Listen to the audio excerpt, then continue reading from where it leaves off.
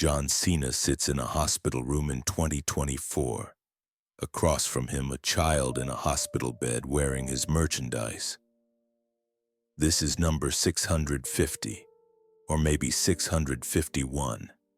He's stopped counting. The world counts for him. What happens in this room multiplied by 650 times over 22 years isn't just charity. It's the real legacy of a man who played a superhero so long he became one. August 2002. John Cena is nobody, a rookie wrestler with a bad gimmick. The crowds don't care. WWE is considering releasing him. His career is hanging by a thread. Then Make-A-Wish calls WWE. A child with leukemia wants to meet a wrestler, not The Rock, not Stone Cold, the new guy with the weird rap gimmick, John Cena. Cena doesn't understand why him. The kid named Jonathan saw him on SmackDown. One match, a loss. But something connected, maybe the underdog energy.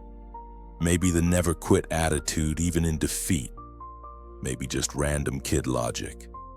But Jonathan wanted John Cena, and John Cena, who didn't know if he'd have a job next month, said yes. That first meeting lasted 3 hours. WWE allocated 30 minutes. Standard meet and greet time. Cena stayed 3 hours, talked wrestling, life, dreams, made Jonathan laugh, made him forget the tubes and machines and reality of terminal illness. When Cena left, he gave Jonathan his chain necklace, his only expensive possession, the one he wore on TV. Jonathan died 2 months later. His mother sent Cena a letter. Said Jonathan wore the chain every day. Said he watched Cena every week. Said meeting his hero gave him strength for those final months. Said thank you for treating him like a person, not a patient. Cena keeps that letter, carries it sometimes. The first of hundreds he'll receive. Each one a reminder that this fake fighting real matters to real people facing real battles. 2003 becomes 2004, Cena's rising. The doctor of thugonomics is over. Crowds responding, championship opportunities coming. Make-A-Wish calls again. Another child, then another. Cena never says no, never. Other wrestlers do wishes when convenient, when filming schedules allow, when they're in the right city. Cena changes his schedule, flies on days off, pays his own travel sometimes. WWE management notices. This isn't required, isn't contracted. Talents usually do a few wishes per year. Cena's doing one every week, sometimes more. They ask why. Cena's answer is simple. If a child facing death wants to meet me, how can I say no? What meeting or workout or personal time is more important than that? 2005. Cena becomes WWE champion. Main event status. Hollywood calling. Busiest time of his career. The Make-A-Wish requests multiply. Being champion means more visibility, more sick children knowing who he is. The standard protocol is champions do more wishes, but within reason. Cena ignores protocol, does them all. A WWE producer tracks the numbers. Cena's at 50 wishes, more than most wrestlers do in entire careers. He's been main roster for 3 years. At this rate, he'll burn out. Everyone burns out. The emotional toll of meeting dying children breaks people. Wrestlers start saying no after particularly hard cases. When children die shortly after meetings. When parents break down. When it gets too real. Cena doesn't burn out. Does the opposite. Systematizes it. Creates routines. Arrives early to prepare mentally. Learns children's names, conditions, favorites beforehand. Brings personalized gear. Makes videos for siblings who couldn't come. Stays past scheduled time, always. Some wishes last 10 minutes. Cena's average is 2 hours, 2008. The number passes 100. Make-A-Wish has never seen anything like this. No celebrity maintaining this pace. Most high-profile wishers do 10 to 20 total. Some exceptional ones reach 50. Cena's at 100 and accelerating. They start studying what he does differently. The difference is Cena doesn't see it as obligation. Other celebrities treat wishes as charity work, good PR, necessary giving back. Cena treats each wish as the most important moment of that child's life, because it might be, because it often is. Because when you're 7 and dying, meeting your hero isn't just nice, it's everything. 2010. Wish number 200, a boy named Mark in San Diego. Lung disease, weeks to live, wants to see how wrestling works. Cena doesn't just show him, makes him part of it, brings him to TV taping, puts him in production meetings, has him help plan Cena's match, makes him guest ring announcer. The crowd doesn't know Mark's dying. They think it's standard Make-A-Wish, but Cena gives Mark the full experience, not abbreviated, not simplified, real. Mark lives 6 weeks longer than doctors expected. His mother credits Cena, says Mark kept talking about his WWE day, planning his own wrestling company, drawing championship belts, living instead of dying. Those 6 weeks were gift weeks. Cena weeks. 2012 reaches 300 wishes. Cena notices patterns. The children don't want to talk about being sick. Parents do. Doctors do. Everyone focuses on illness. The children want to talk about everything else. Wrestling, school, friends, normal kid stuff. So Cena makes a rule. Never bring up their condition unless they do. Treat them like wrestling fans, not patients. This approach changes everything. Children light up differently. Parents see their kids being kids again. Hospitals report mood improvements lasting weeks after Cena visits. Some children fight harder, some find peace. All get to forget even briefly that they're sick. The logistics become staggering. Cena's travel schedule already insane, 300+ days per year on the road, now adding hospital visits in every city. WWE tries to help, assigns handlers, coordinates with Make-A-Wish. But Cena often goes alone, doesn't want entourages, wants intimate moments, not productions. 2015, number 400, a girl named Sophia, brain tumor. 3 surgeries failed, parents preparing for end.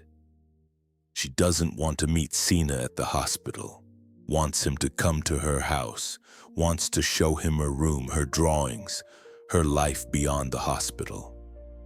Cena goes to her house, spends 4 hours, looks at every drawing, plays with her dogs, eats dinner with her family, watches TV on their couch, becomes not a celebrity visiting but a family friend.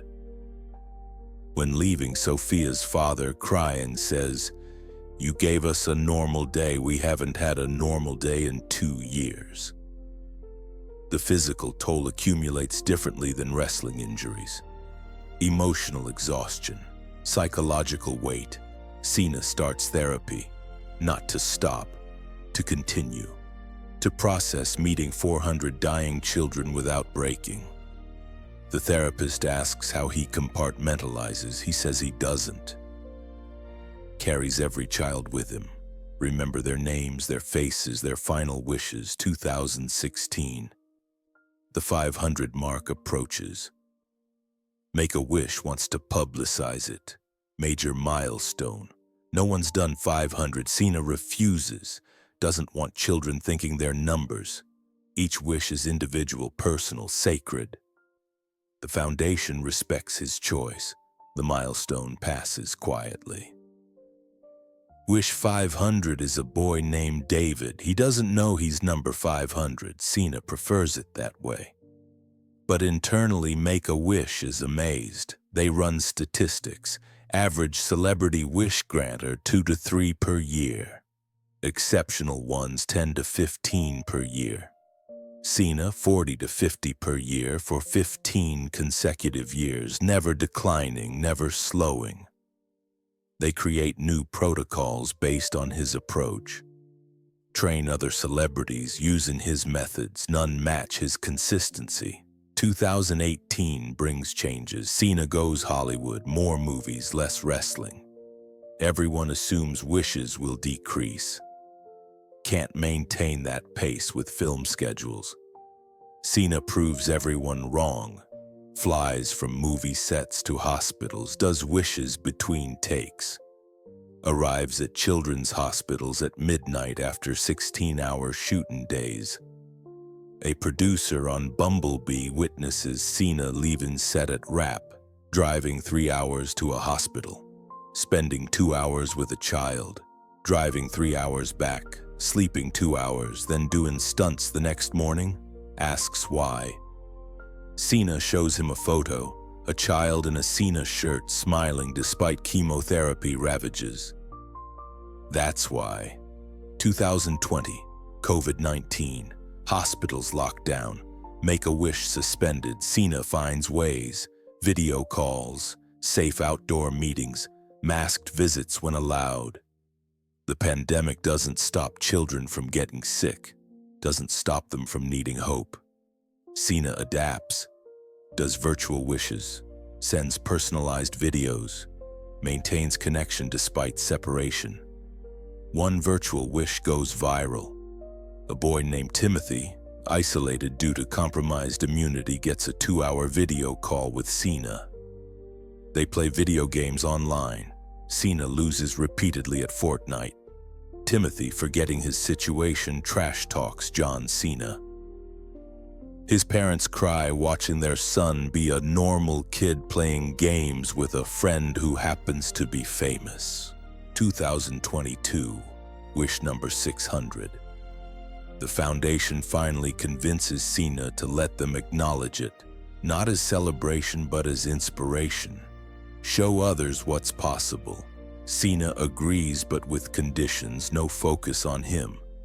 Focus on the children, on the families, on the foundation's work. The announcement emphasizes the children's courage, not Cena's charity. The response overwhelms everyone. Other celebrities reach out, want to know how, want to do more. Cena creates informal training, shares approaches. The key: don't make it about you. Don't post selfies. Don't publicize individual wishes unless families want. Show up early. Stay late.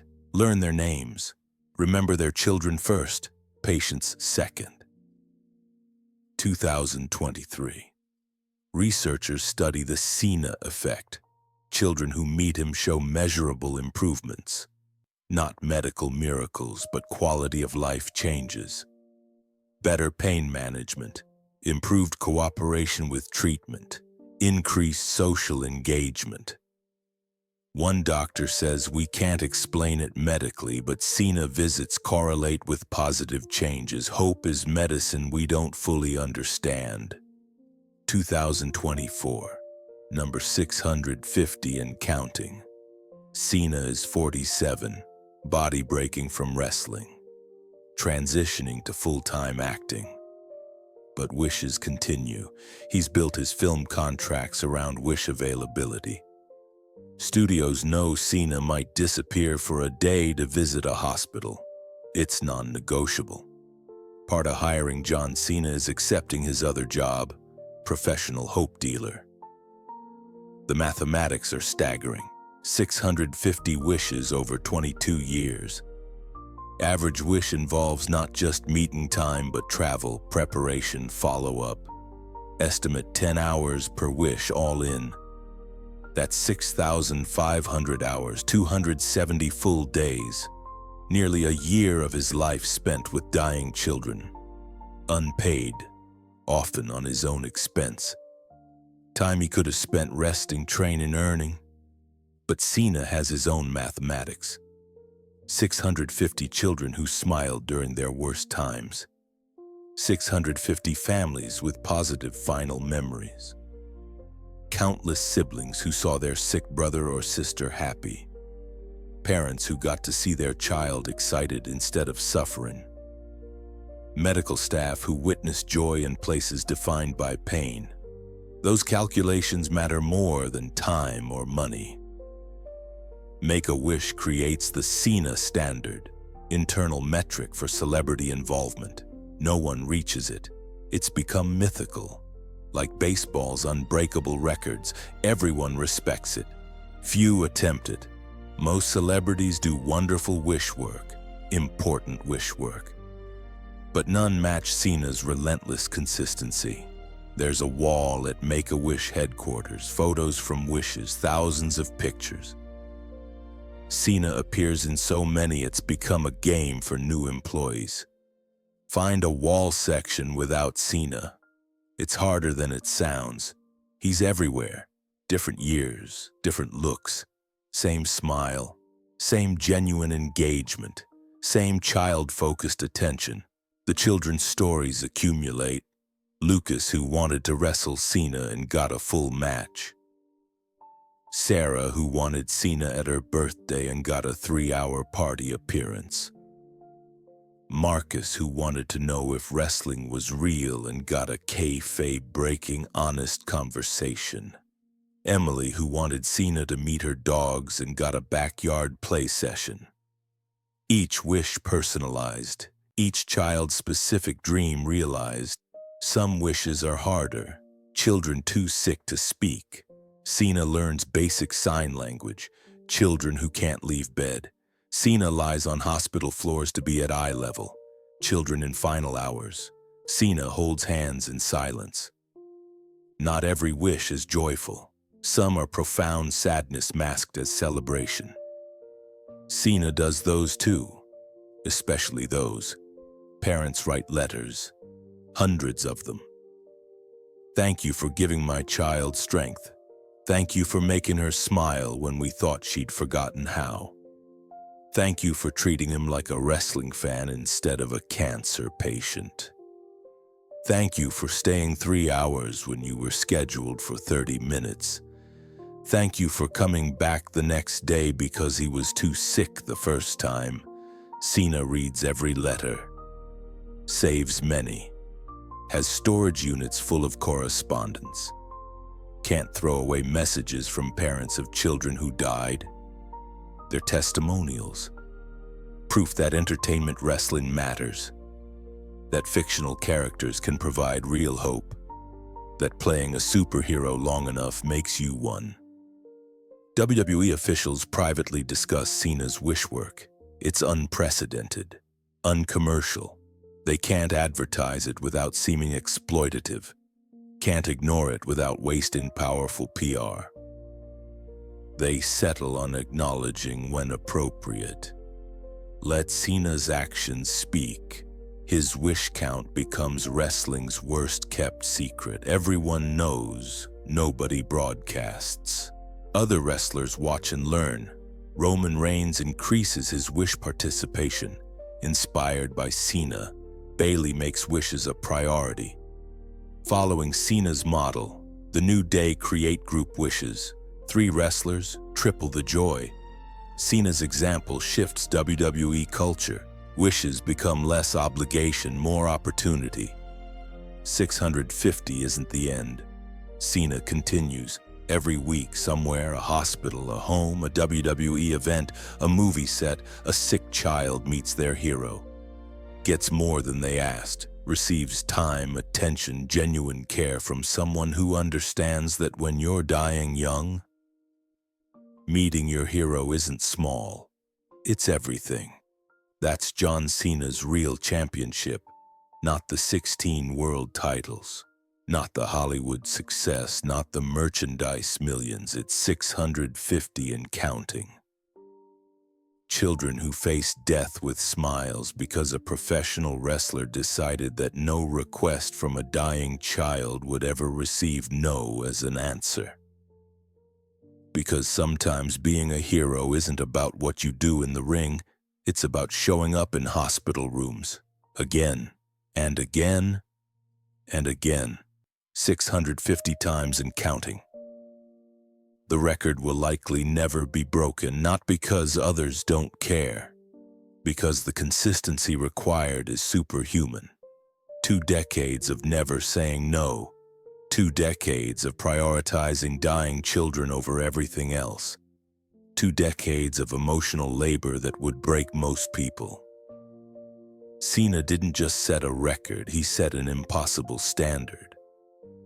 When asked why he continues, Cena's answer never changes.